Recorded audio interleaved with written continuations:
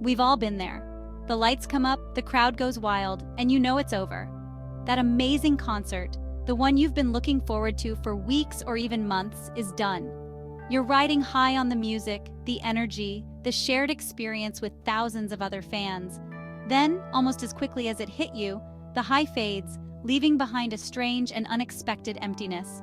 This, my friends, is the phenomenon we call post-concert depression. It can be a real downer, right? You go from feeling on top of the world to missing the music, the band, the energy. It's like a friend's going away party. All the fun, laughter, and shared memories make saying goodbye that much harder. But here's the thing, post-concert sadness is more common than you think. It's okay to feel a little down after such an intense emotional experience. In fact, acknowledging these feelings is the first step toward understanding and navigating them in a healthy way. So, let's dive into the world of music and emotions, exploring why this happens and what we can do to feel better when the music fades. You see, music is a powerful thing. It's not just something we hear, it's something we feel deep within us. It has this incredible ability to tap into our emotions, evoking joy, sadness, excitement, and everything in between. A concert, with its amplified energy and shared experience, intensifies these emotions tenfold. Think about it. The anticipation, the build-up, the collective euphoria of singing along to your favorite songs at the top of your lungs. It's a roller coaster for your brain. And just like after an adrenaline-pumping ride, we need time to come down. We need time to process. Ignoring these post-concert blues, brushing them off as silly or insignificant, is like ignoring a stubbed toe. It might not seem like a big deal at first, but if left unacknowledged, it can fester and impact our overall well-being. By talking about these feelings, by normalizing them, we create a space for understanding and support. We acknowledge that the joy of music, like all intense experiences, can be followed by a period of adjustment, and that's perfectly okay. Let's get a little scientific for a moment, but don't worry, I promise to keep it simple.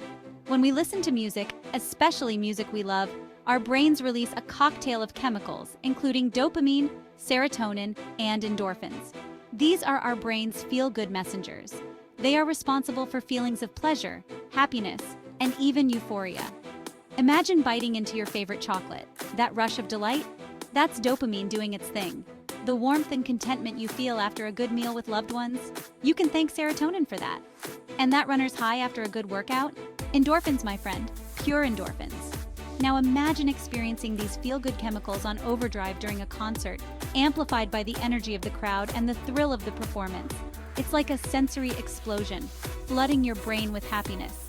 No wonder we feel so amazing. But what goes up must come down, right? As the concert ends and the music fades, so do the levels of these chemicals in our brains. This sudden drop can lead to a kind of chemical withdrawal, leaving us feeling depleted, sad, and even a little lost. Now you might be thinking, okay, I get the science, but what does this actually feel like? Well, post-concert blues can manifest in different ways for different people. There's no one-size-fits-all experience. Some people feel a deep sadness, a sense of longing for the concert that's now just a memory. Others experience a lack of motivation, a difficulty returning to their everyday routines now that the excitement is over. And some might even wrestle with anxiety or irritability, feeling out of sync with the world around them. You might find yourself scrolling through your phone endlessly, looking at concert photos and videos, desperately trying to relive the experience. Or maybe you catch yourself listening to the band's music on repeat, yearning for the sonic world they created on stage. These are all natural reactions, ways of coping with the emotional come-down. Remember, there's no right or wrong way to feel. The important thing is to acknowledge these emotions without judgment and to be kind to yourself as you navigate the post-concert landscape. Section 5. Navigating the silence, acceptance, and healthy coping mechanisms. So, how do we deal with these post-concert blues? How do we transition from the sonic high back to the everyday rhythm of our lives? Well, the first step, as with most things, is acceptance. Accept that what you're feeling is completely normal. It's okay to feel a little sad, a little lost, a little out of sorts. Don't beat yourself up for it. Next, find healthy ways to process these emotions. Don't bottle them up. Talk about your experience with friends who get it, who were there with you in the moment. Share your favorite moments, laugh about the funny parts, and allow yourselves to reminisce. Sometimes, just voicing these feelings out loud can make a world of difference. Remember, you're not alone in this. Millions of people experience post-concert blues. In fact, there are online communities dedicated to discussing this very phenomenon, offering support and understanding. Connecting with others who get it can be incredibly cathartic. Section 6. The rhythm of recovery, allowing time and space for emotional processing. One of the most important things to remember is that healing takes time. Just like you wouldn't expect a physical wound to heal overnight, don't expect your emotional state to bounce back immediately after an intense experience. Give yourself permission to wallow a little, to embrace the melancholy. Listen to the band's music, look at photos, and reminisce about your favorite moments. But also, make sure to ease back into your routine gradually. Think of it like acclimating to a new time zone. You don't go from one extreme to the other overnight. You adjust slowly, giving your body and mind time to adapt.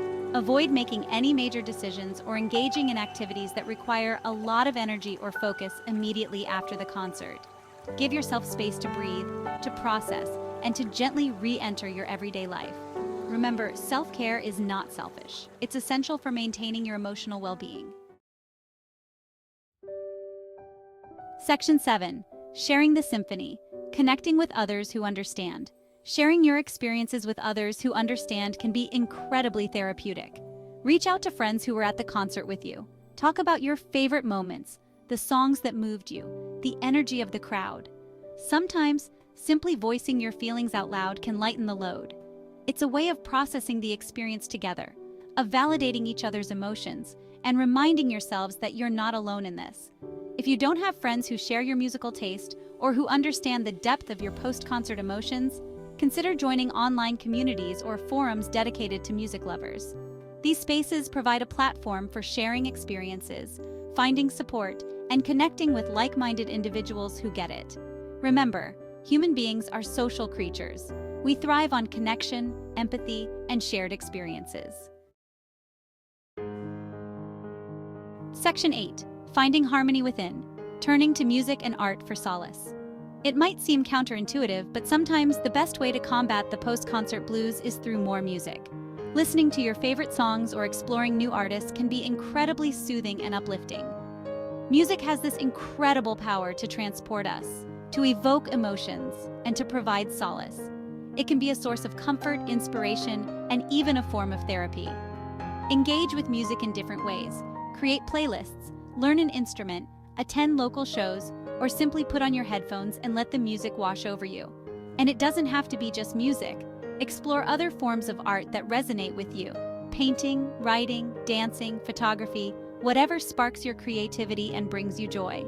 Engaging in creative pursuits can be incredibly therapeutic, providing an outlet for your emotions and helping you channel your energy in a positive and productive way. Section 9. Tuning into yourself. When to seek support. While post-concert blues are common and usually fade with time, it's important to recognize when these feelings become overwhelming or persistent. If the sadness lingers, if it begins to interfere with your daily life, or if you find yourself struggling to cope, don't hesitate to reach out for professional help. Just as we wouldn't hesitate to see a doctor for a physical ailment, we shouldn't shy away from seeking support for our mental health.